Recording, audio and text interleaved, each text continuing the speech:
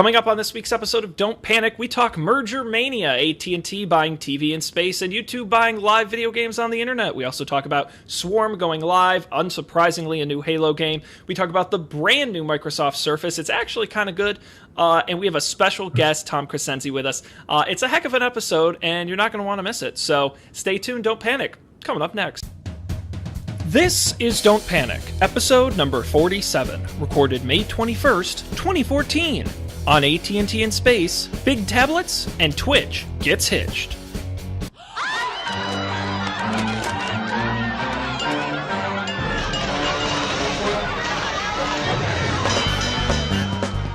Hello, and welcome to this special edition of Don't Panic, the technology podcast that can make a friction hinge sound sexy. I'm Sean Jennings, and I am joined by the Colby Rabideau of technology. That would be Colby Rabideau. How's it going, Colby? It's going okay. I upgraded my computer, and it's so fast. It's blazing. Now, normally I do a famous duo, but the other half of your famous duo isn't here with us this week. We have the third half of our famous duo. Yeah, that's right, the third person in the famous duo. But we have somebody to replace Dan who is just as good. I'll try. In fact, he's taller. He is taller. You get more height for the same dollar value. And that would, of course, be a good friend of both of ours. He's a web programmer, developer fellow, a true coffee and beer connoisseur, I must say, more than almost anyone else on the network. That would, of course, be Tom Crescenzi. Tom, how's it going? Hello. Doing good. Thank you for being here with us. Thanks for having me on. And I have to say, if you like Tom on this episode, you should check him out. He was on Change Mode last week. With an awesome episode. It was really great. coffeeandbeer.tv/change mode. I'll quickly mention everyone out there. Of course, this is Don't Panic. We're doing it on Wednesday night this week as a special occasion because we had to have Tom on. And we are not doing it next Monday for Memorial Day. But we will be back the following Monday, 10 p.m. Eastern, 7 p.m. Pacific, at our website, don'tpanic.io. We've got so much news, so why don't we just jump into it, shall we? Yeah, let's do it.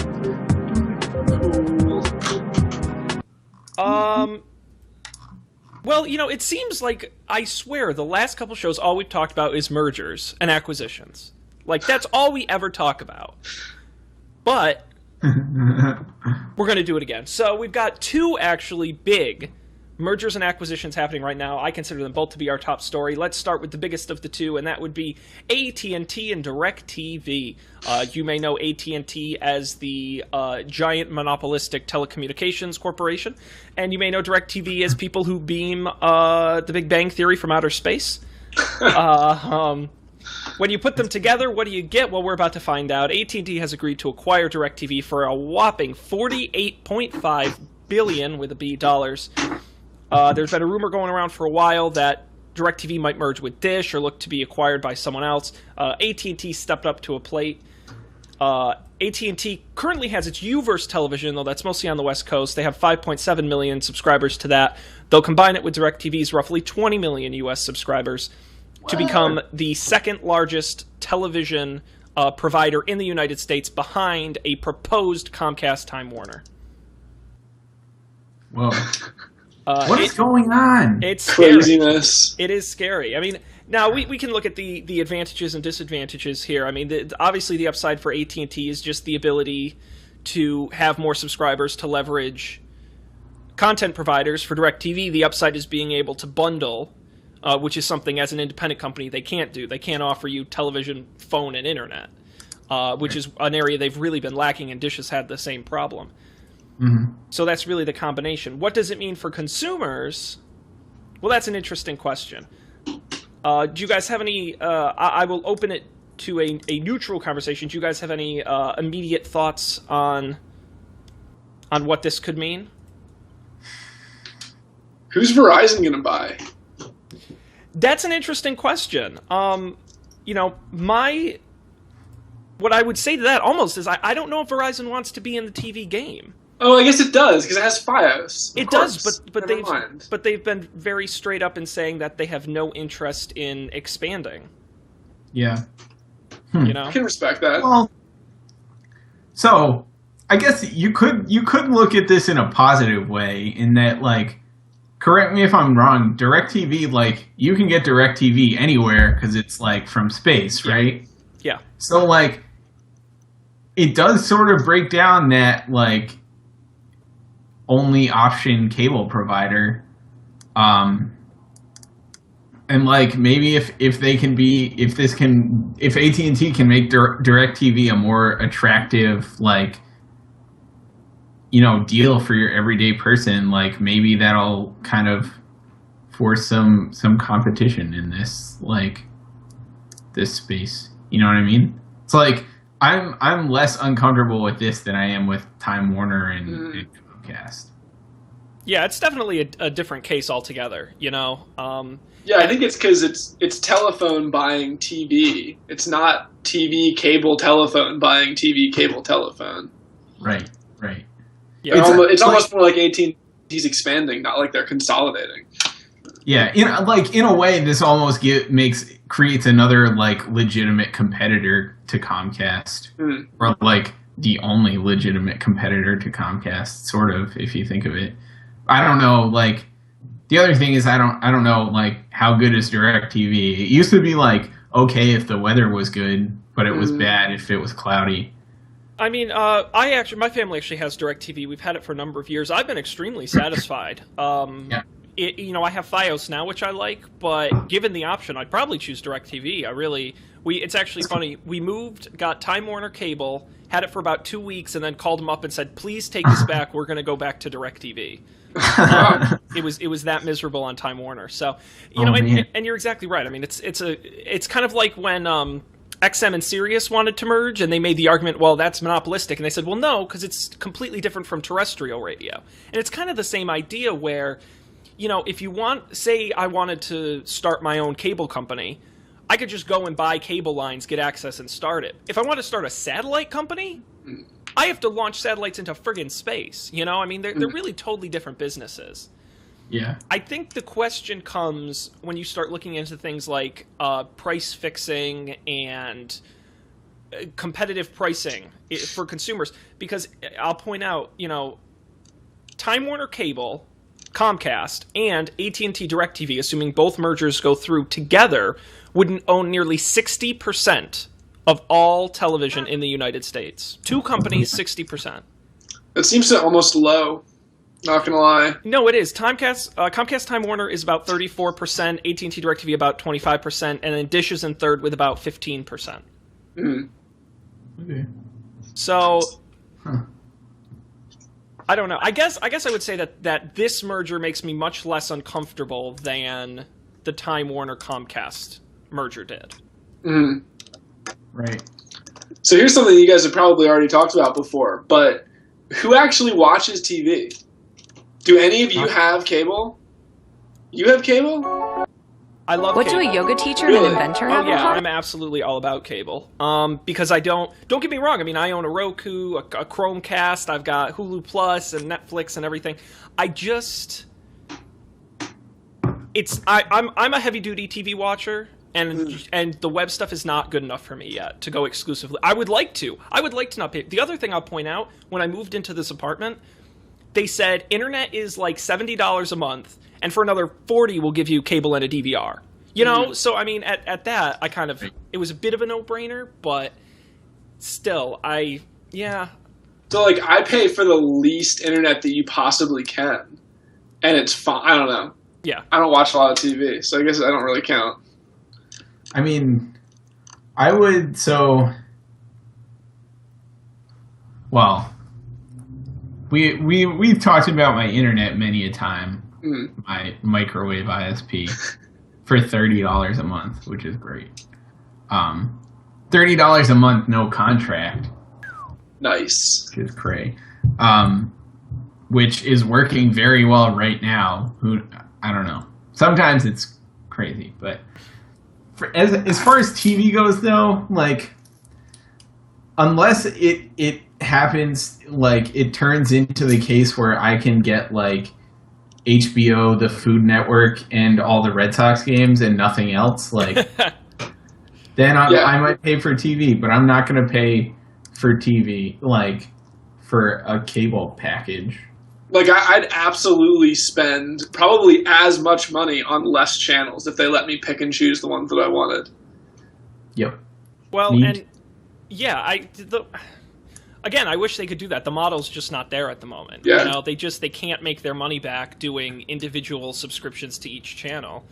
Because they have all these not popular channels they have to support with the popular channels. That's where this bundling comes in, and that's where these mergers come in. You know, it could go one of two directions. I mean, these companies could say, if you got the Time Warner, Comcast, and DirecTV, AT&T going to an ESPN or to a Disney or to whomever and saying, we want these deals, that's the power of the monopoly, and they actually kind of have to.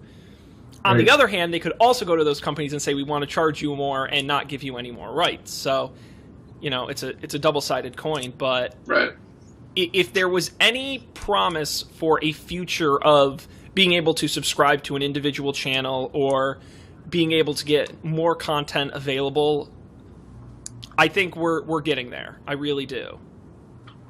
And I want to get there because, believe me, I watch less than half of the channels I subscribe to. But at the same time, while there is a lot of stuff out there, until everything is out there, I don't know. I'm a no-compromise kind of guy, so...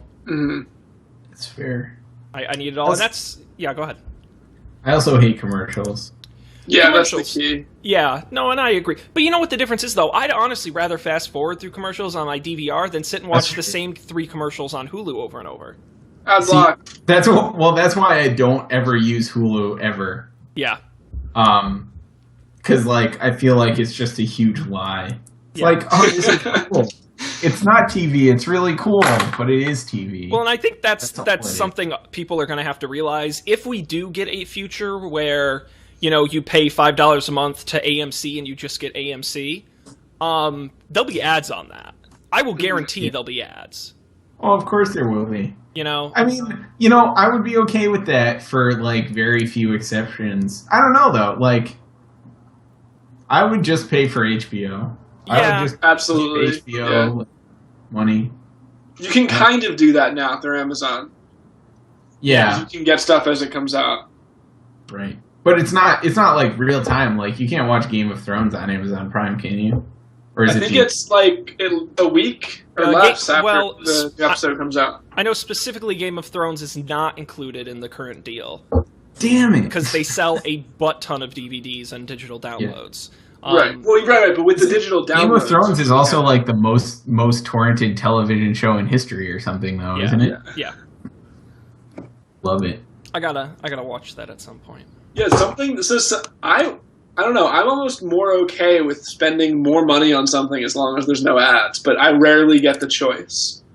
Yeah. Yeah, it's true. Well, I think you're in the minority. Or, maybe that's not. Maybe it's more the case that, like, people are afraid that you're in the minority. It's possible. I think it's interesting because the only radio station I ever listened to is NPR, and this past 2 weeks they've been doing their give us money thing, and no, I mean they do pretty good.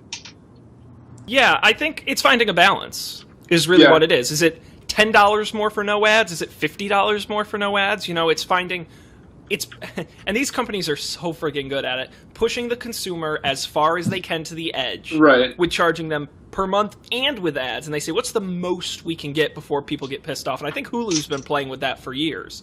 Yeah. And seeing how far we can, can we show them 6 ads a commercial break? Can we show them 10 ads? A million ads? And they would love to, believe me. So it'll be interesting to see the balance going forward, but hopefully we will see these mergers, and I will certainly say I think the AT&T DirecTV has a much better shot of passing regulatory approval. Especially when you look at a company like Comcast, which owns NBC. I mean, they're hugely vertically integrated. Yeah. Oh, yeah, that's true. Which AT&T isn't. Yeah. Right. That also makes me feel better. I love that. Yeah, so it's good. One other thing I'll quickly note about the AT&T thing, and then we'll move on, is that you may know DirecTV has the NFL Sunday Ticket package through 2015, 2016. it's interesting to note that the AT&T deal specifically implies that if DirecTV doesn't re-sign the NFL Sunday Ticket deal exclusively, they have the ability to drop out of the deal. Based solely on that one aspect. So I guess that kind of indicates how important Sunday Ticket is to DirecTV and to AT&T. Yeah, I will say that Sunday Ticket has gotten me thinking about getting DirecTV simply for that. Sunday Ticket sells satellites. I mean, that's a absolute fact. And there have been rumors for years that NFL wants to expand it. Yep. Last year, you could get a Sunday Ticket pass without having DirecTV if you bought Madden 2014. Yeah. I came this close to buying the game, using the code, and reselling it. I probably will this year. Because it's such a good deal. I get so spoiled when the Red Zone channel, and you get oh my god, it's like football on acid. It's crazy. Like all the touchdowns. Love it. All right, well, let's move on because we've got another major acquisition. That's also our other top story. This one may be a little sexier than DirecTV AT&T, but it's also worth a lot less. We've talked about Twitch.tv on the show before. You may know them as the company that streams all those video games on the internet. You may also know YouTube. They're the company that owns all the videos on the internet. Well, the rumor is they're getting together. YouTube and Google is near securing a roughly $1 billion buyout of the live streaming service Twitch. Twitch has been around since 2011 and is regularly one of the most busy trafficked websites on the internet, apparently. I didn't even know this. At peak hours, pushing more traffic than places like Facebook and Amazon. Well, to be fair, streaming video is agree. A lot heavier than Oh, you're telling me Facebook isn't using up all my bandwidth? Yeah. Twitch has also been big this year. They've gotten integrated into PlayStation and Xbox. They've done huge, and it looks like YouTube wants to buy them. It's also been noted that they've had offers from other companies. The only one explicitly named is Microsoft. They supposedly turned that down. You may know YouTube has their own live streaming service currently. It's what we use to do our show, but it hasn't quite caught on as fast as Twitch.tv. Do you guys have any immediate thoughts on this deal? Immediate thoughts are, like, it bums me out to see another thing getting swallowed into Google or any of the large tech companies. That being said, I'd rather see them go to Google, who doesn't have a stake in the console market, than to Microsoft, who does. I can absolutely agree with that. Yeah. And I also, I don't know how Twitch makes money, so, I'd rather see them go to Google than, cease to exist, because they don't make money. They do ads, right? I'm pretty sure that it does ads. As you're watching, you'll get an ad every 10 minutes or something like that. They do, and you can also... You can go pro, too, I think. Yeah, that's what it is. You can pay for a subscription. Yeah. Interesting. Yeah, so, I mean... I will say, I've never really used Twitch TV. I'm not a big... play Pokemon? I didn't. I looked at it once. It was cool. It was pretty entertaining. Yeah. I forget what I was going to say now. Oh, I'm sorry. Yeah, I don't know. It makes sense, right? Why YouTube would want this. Yeah, YouTube Live has really... I wouldn't call it a failure, but it certainly hasn't been a blown-out success. Right. Like Google has wanted it to, and as someone who produces the show through YouTube Live, I'll say their tools kind of suck. Yeah. And you go through all the software and all these tools, and Twitch is already somehow embedded in everything, but YouTube isn't. Mm-hmm. And you go to a live page on Twitch, and there's a chat room, and there's interactive features, and there's the live player, and there's a schedule, and all this stuff. And you go to YouTube Live, and it's just like your regular YouTube channel that will randomly pop up your live video. There wasn't a lot of thought and strategy behind YouTube doing YouTube Live. And it's been almost like Google Plus, They did it because they had to, not because they had some fun idea of how to do it right. Right. Well, YouTube is already a thing, right? So it was trying to shim this live streaming into the thing that already is YouTube. whereas Twitch like has been this from the beginning. Yeah. I think they also like. I mean, I feel did Twitch? It seems like they started with a games angle. Yeah. Yeah, well, it's the same people behind, do you know Justin.tv? The live streaming service? It's the same people, and they just kind of spun this off. Interesting. Yeah, Twitch is pretty much solely for video games. They will actually, if you have a channel that doesn't do video games, they'll actually kick you off. I mean, it's in the rules. Yeah, I have a friend that instead of doing work all day, just watches speedruns on Twitch. Yeah, I mean, I think it's I don't know. I think starting and going after that, going for that market specifically was a real good idea. Absolutely. It's like, and I'm sure that's why, like, well, I mean, I think that's another reason that YouTube probably didn't, like, hasn't been particularly successful, like, because they just, like, added it. Like, it was just another thing in YouTube. That's like, true. And they don't heavily promote it. I mean, it's really, you got to go out of your way to use it. Right. But of course, the advantage to YouTube, as far as, you know, I was looking into doing live clients for this and the other shows, and YouTube Live is the only one that doesn't force commercials and doesn't force you to pay. You know, that's really the upshot and the advantage, because Google has the scale to do it for free. And I think, you know, you talk about, you know, we want Twitch to be independent, and I agree, but, you know, if you're a social network, it's one thing, but if you're pushing massive amounts of live video over the internet, I think at some point you're either going to need a major amount of cash, or you're going to need someone to buy you like Google, who has the resources to do it.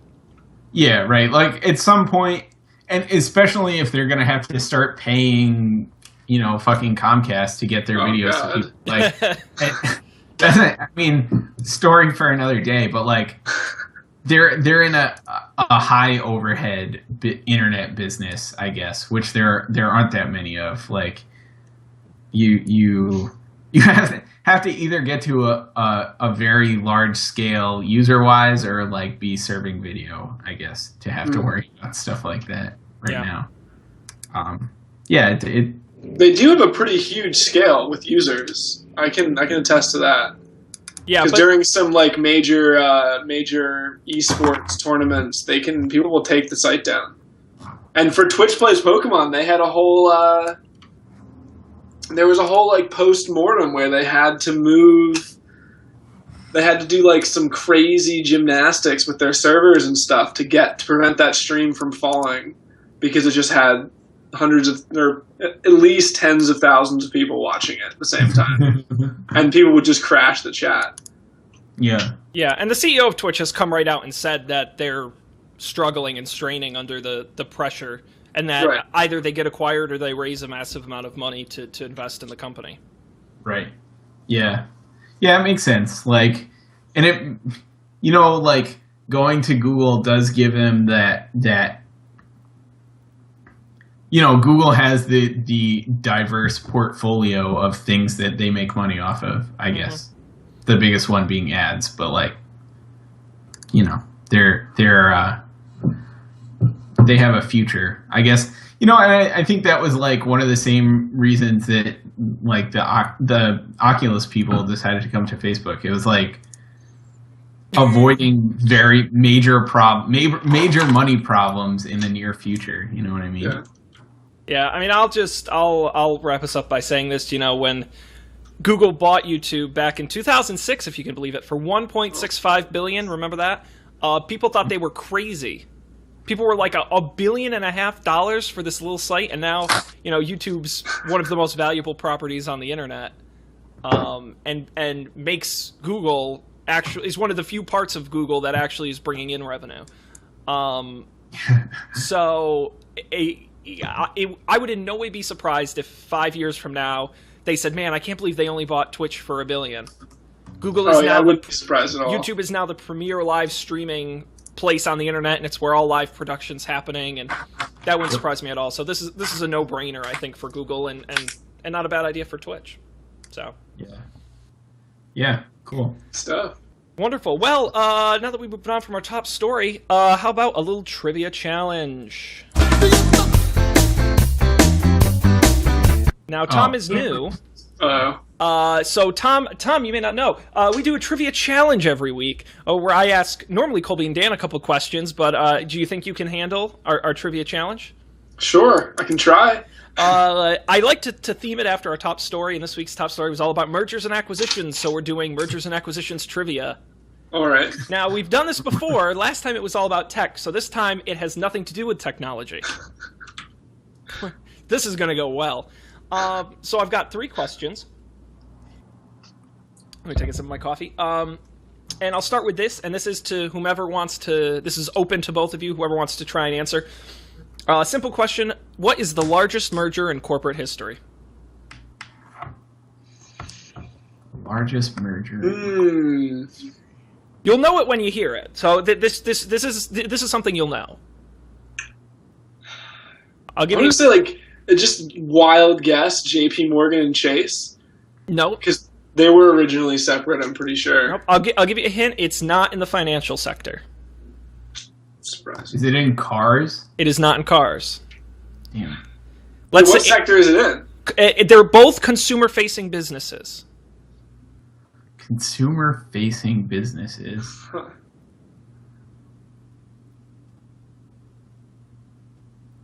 Late 90s. Height of the tech bubble. I was like 8 years old in the late 90s. It was an enormous... You weren't staying on top of acquisitions and mergers? No. It was an like enormous... With Legos. It was an enormous disaster.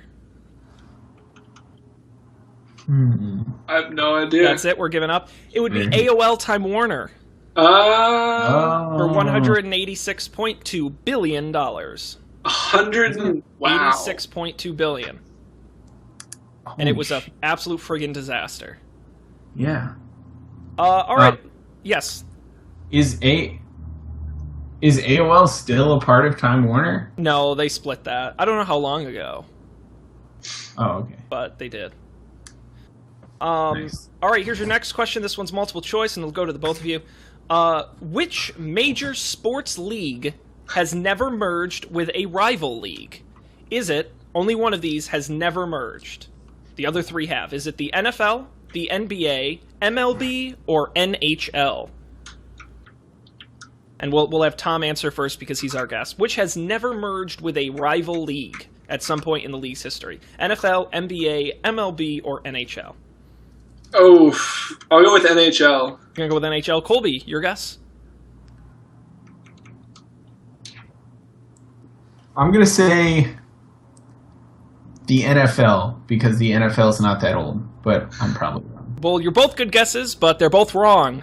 Is it? The NFL merged with the AFL. Yeah. National Hockey League merged with the World Hockey Association. The NBA merged with the ABA. MLB never merged with anyone. Huh. So I thought about that for a second. I was like, oh, I wonder if this counts like the leagues within. But then I was like, well, if that's the case, it can't be baseball because there's 2 leagues in baseball too. But yeah, it was because nothing's merged with MLB. Right. Yeah, that makes sense. So prior to that. And all right, here's your last one. This is one of my favorite quiz questions we've ever done on this show. Which of these company names was not created by combining 2 existing company names in the merger? Like ExxonMobil would be when they combine the companies, right? So is it Pennzoil, Toshiba, Häagen-Dazs, Yoplait? One of those is not a merged name. The other 3 are. So which one is not? Colby, you get to go first. Is it Pennzoil, Toshiba, Häagen-Dazs, or Yoplait? You could have asked the question in the reverse order, and I don't think I'd know. Häagen-Dazs. Häagen-Dazs is your guess. That was not created by combining 2 companies. Tom, what's your guess? I'm going to go with Toshiba. You're going to go with Toshiba? Well, let's start. Pennzoil was a combination of South Penn oil and Zapata oil. Yoplait was a combination of Yola and Coplay, believe it or not. I love that. Toshiba was a combination of the Tokyo Electric Company and the the Shiba engineering works. Haagen-Dazs is a made-up word by a Brooklyn couple who invented the brand. It doesn't mean anything. It's not even, Finnish or Swedish or whatever it's supposed to be. It's made up and doesn't mean anything. So congratulations, Colby wins. It's awesome. Yay! Good job. That was fun. There's a whole website list of all these combined names. They're so funny. That was a great one. That was good, but gosh, we can't stay on that because we've got so much news to get to. Shit. Let's do it.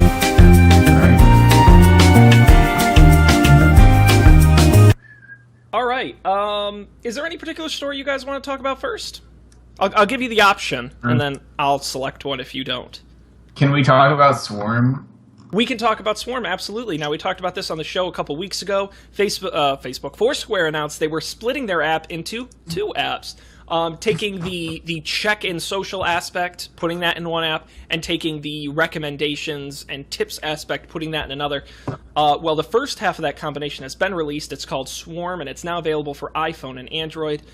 The way this app works, I can show it, is it's essentially just the check-in side of Facebook. So Facebook Foursquare. Oh my god, I don't know why I keep saying that. So the way it works is you log in with your same Foursquare account. It tells you which of your friends are nearby. So, for example, it says on mine, it says Dan is in Dublin, Ireland. Not really nearby, but you get the idea. And you just simply hit the check-in button. It gets your location immediately. You just put what you're up to, and you check in. It's really straightforward and gives you all the information for your friends, specifically how close they are. It also does this thing called neighborhood sharing, which even when you don't explicitly post, it will let your friends know the general area in which you are currently in. That's why it knows Dan is in Dublin, despite the fact he hasn't specifically checked in there. So have you guys tried Swarm? I know Colby has. I have. Have you, Tom? Were you at Foursquare before? I got this. So I use Foursquare, and I got the little pop-up, you should check out Swarm because it'll tell you where your friends are nearby. But I don't have any friends that use Foursquare that are anywhere near me. So it doesn't seem like it's of any use to me. Yeah. The problem I'm having is that, similarly, not a lot of people I know used Foursquare or use Swarm now. There's still, Joey Carmelo and the other Maris people who are out here use it, but other than them, I have one friend who checks in, and all it ever tells me is that she works at Google, so all it ever tells me is that she's 20 miles away at Google when I'm at work in Menlo Park. So I'm still checking in, but I don't know why I'm checking in. I used to. We talked. I feel like we talked about this last time. I don't know why I would check into Foursquare so religiously either. I just liked to do it, and I liked that it was it felt somehow associated with the recommendations for things that I would get when I was using recommendation. But now it just doesn't feel that way, and I don't know what to do. I like using Foursquare check-ins not as a social thing, but as a way to remind myself what I've done and what I liked. Yeah. If I like something, I'll be I'm going to check this in. This was cool. And I don't know. I mean, I guess it's nice having Swarm. I can see it being really useful in a big city, but I'm not really in a big city, so it doesn't seem that useful to me. Yeah. You mean Norwalk is not a big city? I don't understand. See, and I only use it because I'm a sucker for the mayor and the stupid competition useless badge aspect of it. Oh, I look like a badge. I mean, in general, though, the badges were great because, when you checked in, you got to know something about what you've been doing. The analytics side of it is interesting. Right. I've been to 1 million taquerias. Cool. Or, is there a badge my favorite one was when you got off of the plane and checked in at the airport, it'll tell you how far you traveled since your last check-in. Oh, that's cool. Yeah, there's a lot of little things like that, and I hope that with Swarm they really focus on it. I mean, I will say that I think Swarm is a really nice app. I think it's really fluid. It's really well put together. I actually enjoy using it more so than I say the check-in experience previously in Foursquare. I don't know, Colby, if you've had the same experience, but yeah, I think checking in is easier. Yeah, well, and I do like the neighborhood sharing. Like, I like that that's on, right? Yeah, well, and it's even just more broad, and the fact that it's always on your screen too. It's like you don't have to scroll through the history of where everyone's been. It's just like, oh, you know, Colby's here. Oh, that's interesting. I wonder what he's doing there. And I just think it's more. And again, we talked about why would you split these two apps, and I think it allows to focus on each of the aspects more specifically and add features. You know, like I said, if we had friends who lived near us, you know, they have like the make nearby plans with people feature, and you know, see how nearby people are. Yeah, that's the other thing that I would like to try is to like create a that was cool. Like that was my junior year interactive media project. That was what my team did, and I didn't build it, so Foursquare built it for me. But I don't have anyone to use it with still, so yeah, I don't know.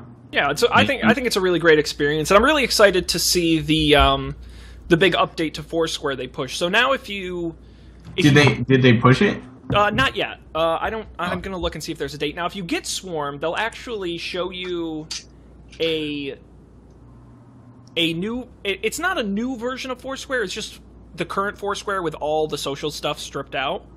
Mm-hmm. And they say in the coming weeks there'll be a new version of the main app.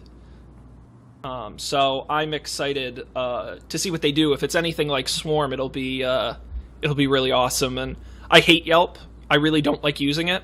Me too. I would really like to use Foursquare more. And if they, you know, the current app is just meh. If they can make a really slick, awesome app, I'm so thrilled, because to me, Foursquare has way better specific recommendations through tips and things like that than Yelp or other services. All of my friends are far, far away. I know, right? I see you there. I'm so alone. You guys are both far, far away. Oh my god. Hilarious. So, yeah, Swarm, Android, iOS, check it out, and stay tuned to Don't Panic. We'll update you when the new version. Oh, look, Thomas is in Connecticut. Yeah, one cool feature that it's really, so like, I thought the neighborhood sharing could be kind of creepy, but it is insanely easy to turn it off. Oh yeah, yeah. They do. Like, really, you just swipe, and it just... It's also insanely general. It's not even like mine says in San Francisco. It doesn't even say like in the Mission, or, you know, it could be way... It's a city, you know? Yeah. Right. Which is nice. And it was like, for example, when you know, Dan showed up in Ireland. I mean, he didn't specifically check in, but it said he was in Ireland, and I'm like, you know, even just broadly knowing where people are is interesting. So... Yeah. That's really sweet. I have to say I'm a big fan. Yeah. Let's talk another story. We got any recommendations for what we should talk about next, or should I jump into something else? I kind of want to talk about Halo or the Xbox, but that's because that's the sort of thing I like. All right. Hey, let's do. You know what? Let's do a whole Microsoft segment, because we don't talk about Microsoft enough. Damn it. It's been a while. A lot of Microsoft stuff here. And I'll tease it now and again at the end of the show. You know, we're not doing a show next week, but our June 2nd show, do you know what June 2nd is? No. It's the WWDC keynote day. So we will be coming to you. It's 10 a.m. Pacific. We will be coming to you that night with full wall-to-wall, non-stop, action-packed, thrilling coverage of whatever Tim Cook talks about. Is that a Monday or a Tuesday? That is a Monday. Nice. Yep, that's the first day of the conference. I'm excited. So we got to talk about Microsoft this week, and then after WWDC, we're going to talk about Google I/O. So Google I/O. So let's talk about Microsoft. Microsoft announced last week that it will be selling the Xbox One without a Kinect, and they're going to drop $100 off of it.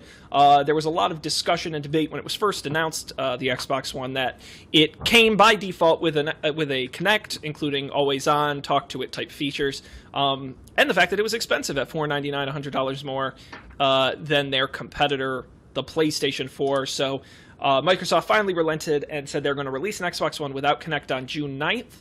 And the fact that you will be able to buy a separate Kinect sensor later this fall. They also announced at the same time that they are dropping the requirement to have an Xbox Live Gold subscription for streaming apps.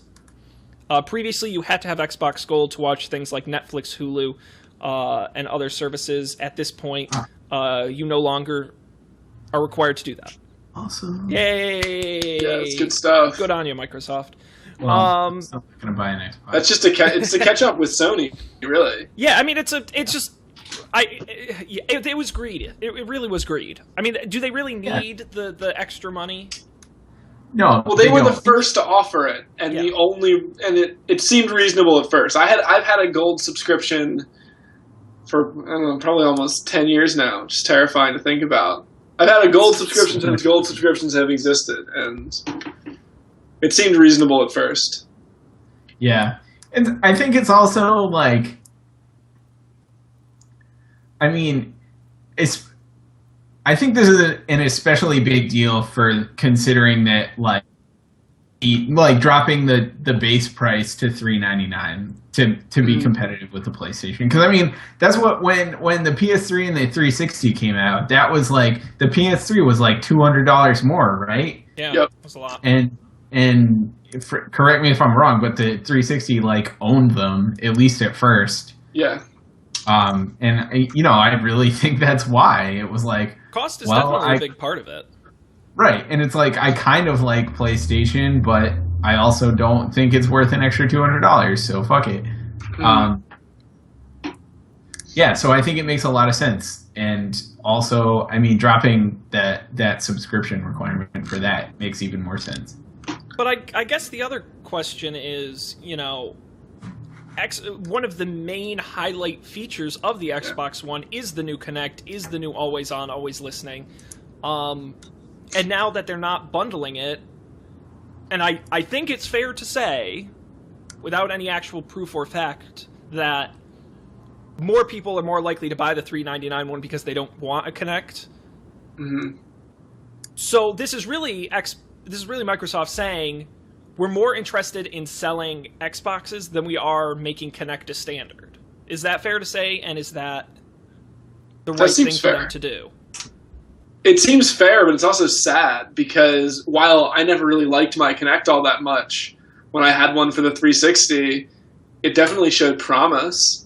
And this kind of makes it sound like they're saying, well, you don't need to Kinect anymore, so not every game can say, well, you have a Kinect, so you can do something really cool with it. Like, that was one of the neat things about the Xbox One, was any exclusive Xbox One game could say, we know that this person will have a Kinect, and we know that they'll be able to do, like, jumping jacks or something, and level their character up. Yeah, I think it's one of those, like, developer user chicken and the egg problems. Like, from all accounts, the Kinect is really cool and you can do like crazy shit with it, but the motivation to do things for it is pretty limited because the user base is also pretty limited. And especially there are very, very few exclusives these days. So if you're adding Kinect features, you're adding Kinect features. It's not, this is part of the game. It's like, oh, well, we're going to, like Mass Effect 3, I want to say, on the Xbox, you could, like, shout at your squad and tell them to do things, but was that really valuable for them to add that in? Probably not. Well, and I think it goes back to this idea that, I mean, I would make the argument that PlayStation 4 has been more successful because they focused on what these consoles are, game machines. It's really good at playing games and doing things around games and about games. And all the Xbox did was bells and whistles, the TV stuff and the Kinect stuff and the always-on stuff and the, all this extra fluff that I get it's cool and it's interesting and yeah, it's a value add, but at the same time, is it worth $100 more? I don't think so. And I think Microsoft is learning quickly that people aren't going to buy a $400 or $500 game console to watch Netflix on. That's not why they're buying it. Yeah, and I mean, I feel like the other part of that is it, like, again, correct me if I'm wrong, but I think the reviews on the secondary features, like the TV stuff, were pretty underwhelming, right? Like Mhm. it was like, this is sort of cool, but it's just okay. Like it's not, like it didn't sound like it's particularly game changing or well done. Which reminds, like, it from the sounds of it, it made me think of like Samsung software on their phones and not like something that actually mattered. Whereas like Apple would never release something unless it was perfect. Unless it was a Maps application. Yeah, or it was Siri. All right, I take that back. No one's perfect. Apple will release really important core things that are mediocre, but they won't release stupid stuff. Yeah. No, and you're totally right. And classic Microsoft. Well, that was the whole joke too. Like when they were doing all the E3 stuff last year, like they spliced together a minute of the guy just saying TV. Yeah. The Xbox One release announcement. Yeah, they talk honestly more about TV than games and things like that. So I just. Yeah, it'll be interesting to see the long-term plans for Kinect and the Xbox. And, while we're talking about Xbox, Tom, I know you've said something about Halo something? Yeah, well, the Halo 5 is, like, announced again, because they announced it last year, but then they announced it again this year. So I'm pretty sure they said it's going to come out next year, but they're going to... Yeah, but they're doing a, like, 1 through 4 collector's edition on the Xbox One, which actually might give me a reason to buy the Xbox One, which is kind of cool. Because Halo 2 was kind of the greatest. Tom, if you buy an Xbox One, you won't be able to play Destiny with Dan and I. Oh, you guys are okay. All right. I mean, that's one of the things that saddens me about Microsoft is that their networks are not very open. Sony has always been pretty cool with having like cross-platform multiplayer, but Microsoft never has. Yeah, I don't know. That does bum me out. I mean, that's bummed me out for a long time that I can't. Because if I could do it, I would definitely get an Xbox One. I would probably already have an Xbox One. Mm-hmm. But I can't do it, so I don't care.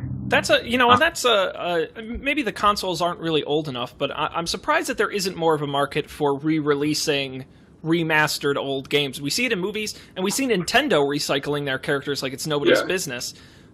But I don't know what other than Halo you would really recycle. Sony does it a lot. I don't know. They have a lot of collector's editions. Like they have God of War. They have a Shadow of the Colossus and Ico bundle. I'm pretty sure they have. I forget the name of the game, but they have a lot of stuff like that, which is cool. And I own a few of them. It's nice to be able to put in a single disc and play a better looking version of a bunch of different copies of a game you played a long time ago. Because I feel like that's kind of a no-brainer. I mean, if it was good... And I feel like it's the sort of thing that a lot of people would be like, oh, I'm just going to keep my 360 because I want to play Halo still. But, if you can play newer, faster, prettier Halo on the Xbone for another $60 or something, it's like, Absolutely. Sweet. Well, let's move on to what's more fun than Xbox? Microsoft's Surface. At an event this week, Microsoft announced the Surface Pro 3. Ooh. Did those keys actually depress when you click them? Yeah, they do. But they did that before. That's not new. Oh, that is new. Well, no, they had two keyboards. They had the soft touch, which didn't, and the type cover, which did. I see. I only ever saw the soft touch at the store, and I hated it. But you'll be happy to know this new one does have a new, slightly larger touchpad. It also has backlit keys. But let's start at the beginning. So you may know Surface is the tablet device made by Microsoft. They've obviously made 2 of them before, and this is the 3rd. So the interesting highlights here, previously the Surface had a 16:9 aspect ratio, and a lot of people complained it was kind of awkward to hold. You'll notice that your iPad is closer to 3:2 kind of. I don't know. It's a weird aspect ratio, but it's a little more square than it is long. The iPad is 16:10, right? Or is it weirder than that? No, it is weirder than that. I have no idea. That's a good question. Yes, it's squarer. We'll just say it's squarer.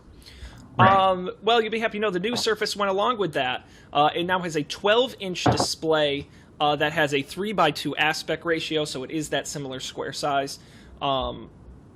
It has a better display, no surprise. It's also thinner and lighter.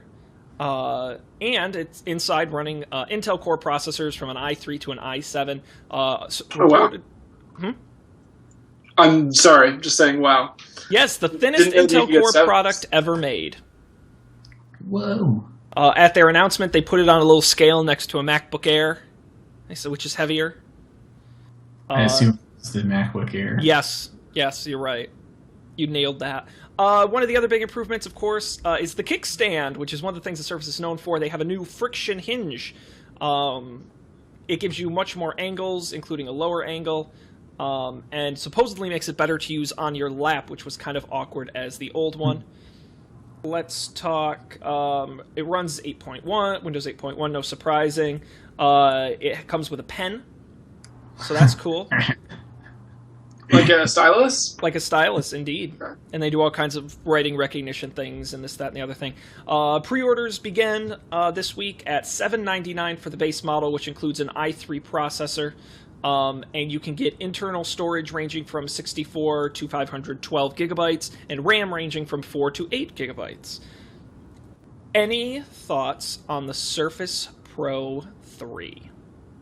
I will say, it looks pretty nice. Like, sounds impressive. So, having looked and a little bit played with Surfaces before, like there used to be obvious things that were like, well, this is kind of cool, but like I know I won't like this right now. Like the weird display size. That's one thing I always hated about Android tablets is that they're useless in portrait mode because they're so thin. So yeah, to be honest, like if it didn't run Windows, I would totally buy one. I can agree with that. It's good hardware, but you're not really into the whole Windows thing. No. You don't want to put Linux? Is there a touch Linux? I mean, there is, but it's going to be mediocre, right? Like, yeah. I think I would rather run Windows 8 than touch Linux, but I just can't. Like, I can't do my work on that, and it's not cheap enough to justify buying one that I can't do work on. Well, why can't you do work on it? Because I can't Unix on a Windows. You could so putty. I could, but I'm not going to. Well, you know, Colby, you have to remember, you and Tom are not examples of average consumers. Yeah, I don't care about average consumers. I'm talking about me right now. That's fair. No, that's fair. That's fair. I mean, I will say, as the voice of the average consumer on the show, that this is an incredibly compelling device, probably the most compelling Surface released. I think dropping 16:9 was very smart of them because it is awkward to hold. Mm-hmm. And I think the iPad has proved that, and the first Surface has proved that. So that's great. I think the hardware is killer. I've always liked the Surface hardware. This one looks even better. To me, this may... if I still think the iPad is a really great tablet, but if you're looking for a full Windows computer, this actually is now up near the top of my list of recommendations. Yeah, this seems like the first, like computer tablet that takes like good things from the iPad. Actually makes sense as both, yeah. Right, and I can just imagine if the stylus is good, which I don't know, there are some pictures that seem to be demoing that it was good, and I'm sure it's terrible for writing, but maybe not. I don't know. And it's this other idea too. People have to remember. You, Colby, said you have a work laptop, you have your Mac Mini at your desk. Well, you could imagine, you take your Surface with you on the go, and then you dock it when you get home and use your cinema display and your keyboard and your mouse. And, I'm sorry, you can't imagine that because you refuse to use Windows. But I can imagine that. I also can't imagine a world in which you can plug a Surface Pro into a cinema display. Yeah. You're telling me there's no Thunderbolt port on the Surface Pro 3? You could probably get an HDMI to Thunderbolt adapter. Dongles! I don't know. Maybe you can. You probably can. You must be. It might have a mini display port. I don't know. I'd have to check. You can go the other way. You can get HDMI to Thunderbolt. Like you can use other, like there are adapters to get other things into your Mac. It's just I don't know if there are things to get other things into the cinema display. Isn't Thunderbolt the same thing as Mini DisplayPort? It just doesn't have, it has like less pin or has more pins or something like that. Well, Thunderbolt is new and crazy. Like I don't know. It still works. It's compatible with Mini DisplayPort, right? Yeah, but I don't know. Like, I suspect there are people who put in many hours that would take issue with suggesting it's the same. How rude of us. But I don't know. I'm not qualified to answer that question. That keyboard looks cool though. It does, and you know, they said as each update to the keyboards come out, they've gotten better and better. I guess my only two remaining points with this are, one, you may remember, on our end of 2013 prediction show, I said that the large tablet is going to be big in 2014. A 13-inch iPad, we're going to see an iPad Pro, and we're going to see people doing more productivity on tablets, and I think this proves my point, that there was rumors going around for a while Microsoft was going to release a mini Surface, a 7-inch Surface, and then all of a sudden they come out with a larger Surface. And to me, I think that's more interesting. I think there's a market for the whole range. Because you were right. Because I was right. Really, come on. That's really the only reason I care. But I think there is a place for this range of 7-inch all the way up to a 13-inch tablet. I mean, I think there is a market for that. My other... I think you're absolutely right in that. I apologize to interrupt, but I'm going to. Like, I feel like there's a whole lot of jobs that could be made better with a touchy, stylusy computer, and it's just that the like accuracy of such input devices has just not been there yet. And like, maybe this is it. Maybe it's still not quite there, but you know, I can see how it would be cool for some people who do certain types of things. And then my other point would be, why no update for the Surface RT? No update for an ARM Surface? Well, that's interesting to me. I don't think that sold very well, did it? It didn't. It was a freaking disaster. They took like $1 billion write-off on it. Yeah. But does that mean they've given up? Does that mean they went back to the drawing board? You know, what does that mean? I guess is my point, is that there was no word, not even a slight mention. So, you know, is the idea now that if you can get Intel products thin and light enough, why do we need ARM? Well, maybe Microsoft is trying to shoot for a different corner of the tablet market that isn't so cramped yet. Like the ARM lightweight, like not really a computer market is already pretty full with the iPad. But like this Surface Pro is like clearly not an iPad, right? It's a real computer with a real processor and like real programs and a real keyboard. So like maybe that's a smart move right now. And especially since, I mean, getting software on an RT that was the hard part, right? Whereas with this, you already have the software. Even if it's not like great touch software, it's still the software that people use. Well, and that was kind of the whole point, one of the big points in the announcement, where people have an iPad, but you know, some like 96% of them also have a laptop or a desktop. You know, and the idea of combining these two products, you know, I'll also point out that at a $799 base price, I'm assuming you can figure it out, it's $1,000. I mean, what's an Air costing these days? More than that. I think the Air started $999. I think they're $899 now. Are they? The 11 inches. They dropped the price, I think, by $100. Yeah. So at minimum, you're in the same range, and depending on configurations, it might actually be cheaper. So I think that's also an important thing to know, is that if you're a Windows user, you can now get a device that is very good looking, very light, very portable, a la the Air, but you're going to be running Windows. And it's touch and it's a tablet. Yeah. I also like the keyboard colors. Like that orange one is like the ColbyR.com orange. Nice. I do like that orange. My new goal in life is to see if I can get Colby to buy a Surface. Nope.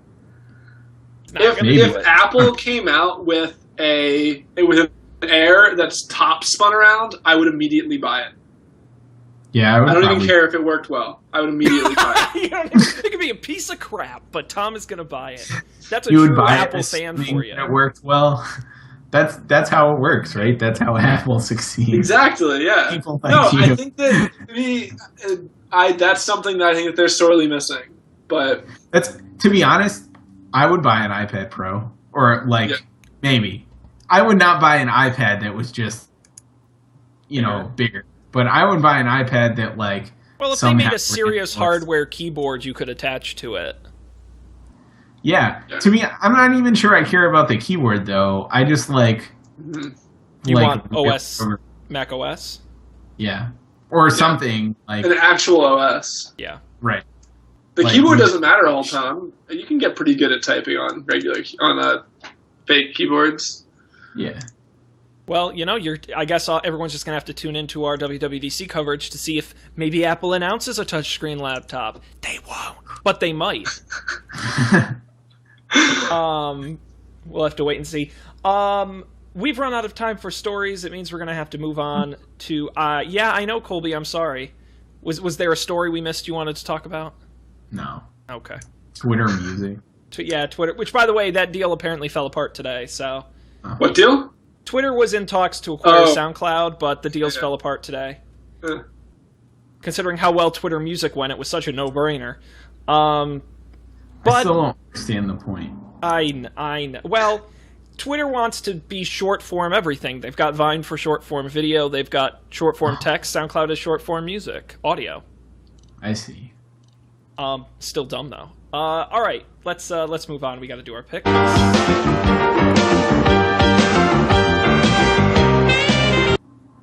And I'm going to jump in and go first because I'm rude like that. And I'm going to talk about XSplit. So what is XSplit? Let me share my screen here so all of you at home can see what I'm talking about. You may be wondering, wow, Sean, your show is really highly produced. You've got music and video and graphics and all these things. You must put in an insane amount of time and money to do that. Well, you'd be wrong. I put in no time and effort. No, that's not true. What I actually do is, let's see, add screen region to the graphics. Okay.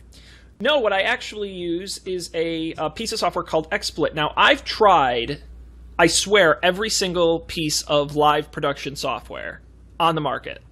I've tried all of them, and I could not find one that, for the money and the features and the CPU usage and all these different things put together, nothing really worked for what I needed.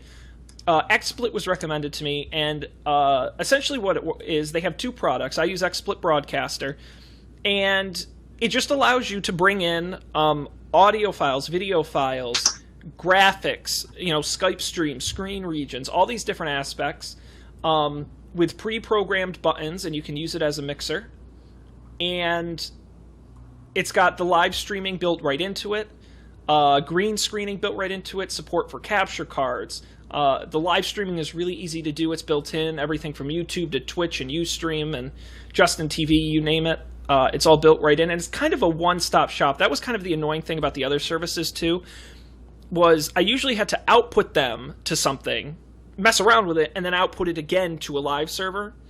Mm-hmm. And it's all built into this, which is really, really awesome. XSplit also has Gamecaster, which is a piece of software that, if you're a Twitch user or something like that, it's their tool for streaming games. It's not free, but, other software was at minimum $100, closer to $200 or $300. And the beauty of XSplit is, I'm going to double check, but I believe it's $35 a year. Wow. Yep. That seems reasonable for what it's you can shockingly reasonable. I mean, like I said, competitor services don't work as well, are a pain in the ass, and charge you 10 times that. Right. This is if you're a big corporation or something, you may not want to use this, but if you're kind of just a casual podcaster, streamer, or you stream games, or you're an artist and you're live streaming, drawing, things like that, XSplit is really excellent software, and I've been super happy. And if you like how this show looks when we do it live, then then that's what I use. xsplit.com, xsplit.com. Check it out, play around with it. You can download a free trial, goof around with it. It's actually a lot of fun. I'm very satisfied. So that is my pick this week. Thomas. Cool. Would you like to go next? Sure. I'm not going to be talking for nearly as long, but I talk a lot, Tom. It's okay. Yeah, so Unreal announced a new Unreal Tournament game that they're actually developing, I want to say in tandem with, but that's not really true. They're just straight up developing it with the community. So I don't know. On their wiki, you can find the information. Wiki.unrealengine.com, and the whole source is gonna be available on GitHub. It's gonna work on Windows, Mac, and Linux, and you can anybody, you could add weird particle effects just to have fun, or if you really know what you're doing, you could actually add features to the game. I'm pretty excited about it. I always was interested in doing game development a little bit, and I think it would be a cool way to get some exciting pull requests on GitHub. Yeah, I always loved the original one, so I'm pumped for a Linux version of Unreal Tournament.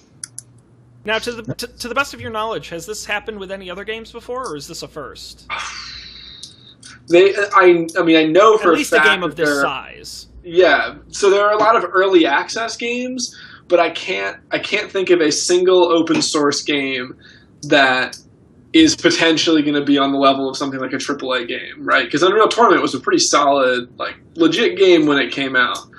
Right. So I feel like, correct me if I'm wrong, I keep saying that today. I don't know why. I guess I'm expecting to be wrong a lot. Unreal Tournament doesn't exactly have a story. It's just, it almost has always seemed like a game that they made to show off what you could do with their engine. Yep, that's very true. Right. So in a way, it makes sense that it would be open source, and in another way, it's also really cool because I feel like that's a view into a world that you just do not get to see as a I don't know, until decades later when they open source their source code, or I don't know. That's awesome. I'm excited. Yeah, I'm pretty excited. If simply to be able to click around the Unreal Tournament source code on GitHub. Right, I'll definitely look at it. Yeah. I'm not sure I'll understand. I'm trying to find the GitHub. I'm not even a gamer or a programmer, and I just think being the first of this, or just to see how it happens, I think is interesting. Yeah. And see if it proves to be an interesting model. So we'll definitely keep tabs on that. Very cool pick, Unreal Tournament, coming soon to everything. Yeah, to the internet at large. Just something that you can compile near you. Yes, right. Very good. I'll compile it on VMS. Why not? So, Colby, I love when we do hardware picks. I feel like we don't do that enough. And you have got a interesting concept that's going to get you your hands dirty in some elbow grease. So, what is your pick this week? So a little background. A while ago, I got a Mac Mini because I was in between computers and I didn't know what to do, and I have a work laptop, so and I had this external monitor, so I was I'll just buy this Mac Mini. I definitely want a Mac, but I don't want to spend $2 million on a new MacBook Pro. That's how much they cost, $2 million. Wow. Just kidding. So instead, I bought a Mac Mini. And so one of the things I noticed very quickly after getting it is that coming from a MacBook Air with a solid-state hard drive, it's really slow. Going back to a 5400 RPM, spinning platter, old-school disk drive it's hugely slow. You wouldn't think that it makes that much of a difference, but literally everything is read from disk all the time. So slow. So it turns out that Mac Minis actually, you can get them with, an extra hard drive or an SSD, so that there's room in there for an additional hard drive. So I was looking around like into getting an SSD in this Mac Mini, and I stumbled across this I forget. I found it on some YouTube like random podcasty blog thing where the guy was like digging around with his Mac Mini, but it's called a data doubler, so it's from OWC, which I believe they make like hard drive things or something. I don't know. They make computer stuff. But it costs $30, $29.99, and it comes with a ribbon cable to connect an additional hard drive to your logic board, 4 screwdrivers, a little like prior thing, the screws you need to put in a new hard drive, and the special tool you need to take out the logic board in the Mac Mini, and like detailed with pictures and like red arrows and shit instructions to help you take apart your Mac Mini and put in a new hard drive. So I decided like, what the heck? I'll take apart my computer. So I got this thing yesterday, and last night I popped open my Mac Mini, took all the guts out. It was fun because you literally had to take everything out of it, like the power supply and the entire logic board and the hard drive, and like down to the when I got finished taking it apart, all I had was this silver shell. So in general, it was really cool to see how it's put together. Like, it's pretty amazing that they fit all that stuff in there so snugly. And I feel like that's something Apple's kind of known for with all their computers. That's how they get them so thin and sleek. But it was really cool, and the instructions were very helpful. There are a couple of tricky parts, like getting certain plugs out without breaking them, kind of things. But now I have a 256 gig solid state drive that I run my OS on, and I still have the 1 terabyte regular hard drive in there, which I'm using now for like extra storage and time machine backup, just to back up my solid state in case the hard drive dies. Oh, can you time machine to something that's inside the same? That's really cool. You can time machine to any hard drive. It like yells at you. It's like, why would you want to do this? But like, I'm like, this is a great idea. Just trust me. Yeah, that's awesome. Yeah, so I like partitioned it down the middle. It was super easy. It's like, I think it's accessible for anyone like who is mildly technically inclined. You did not need to know computer stuff. You just had to do exactly what it said.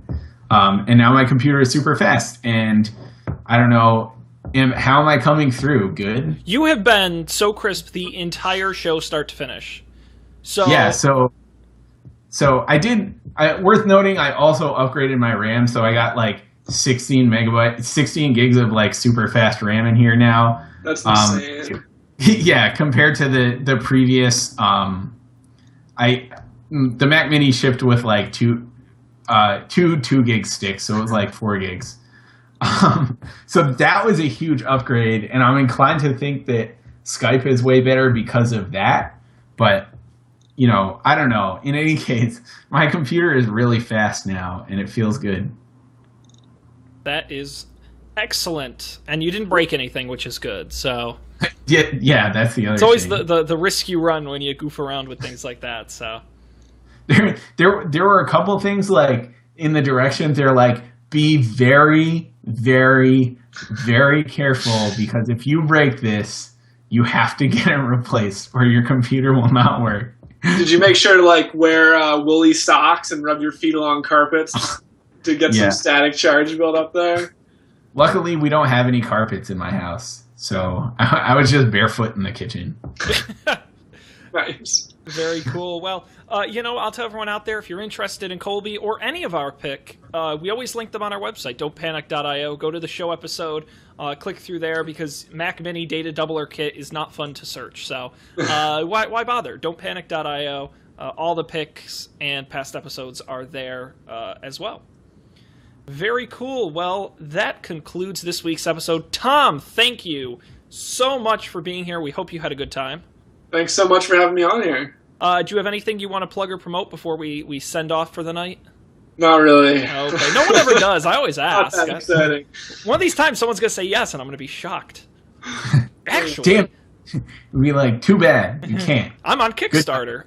Yeah, no. So, wonderful. Well, thank you so much, Tom, for being on the show. If you like Tom on this, don't forget he was on last week's Change Mode, and we're going to have him on again in the future because he's such a wonderful guest, and we appreciate him being here.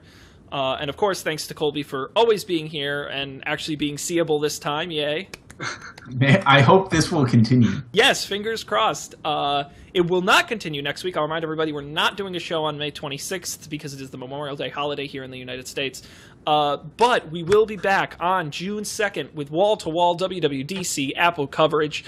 What will they announce? Floating iPhones, magic watches, who knows? You're just going to have to tune in and find out. Aperture 4. Yeah! That's what I'm holding out for. Do you do that, Tom? Do you do? Yeah. Oh, okay.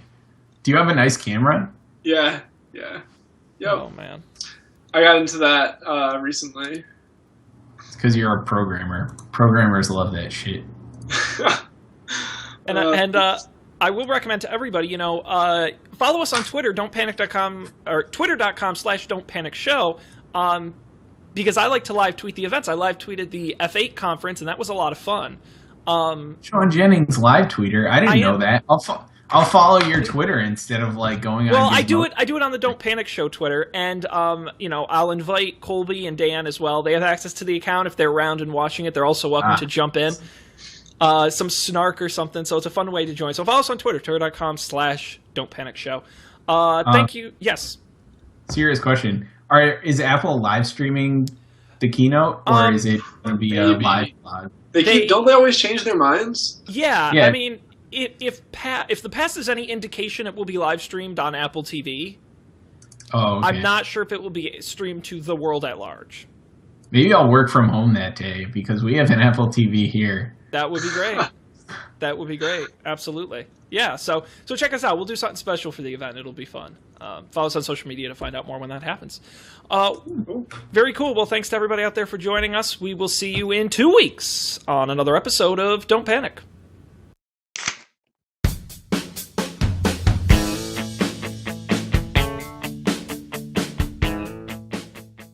This show is brewed fresh weekly by the Coffee and Beer Podcast Network. Get all our shows at our website, coffeeandbeer.tv.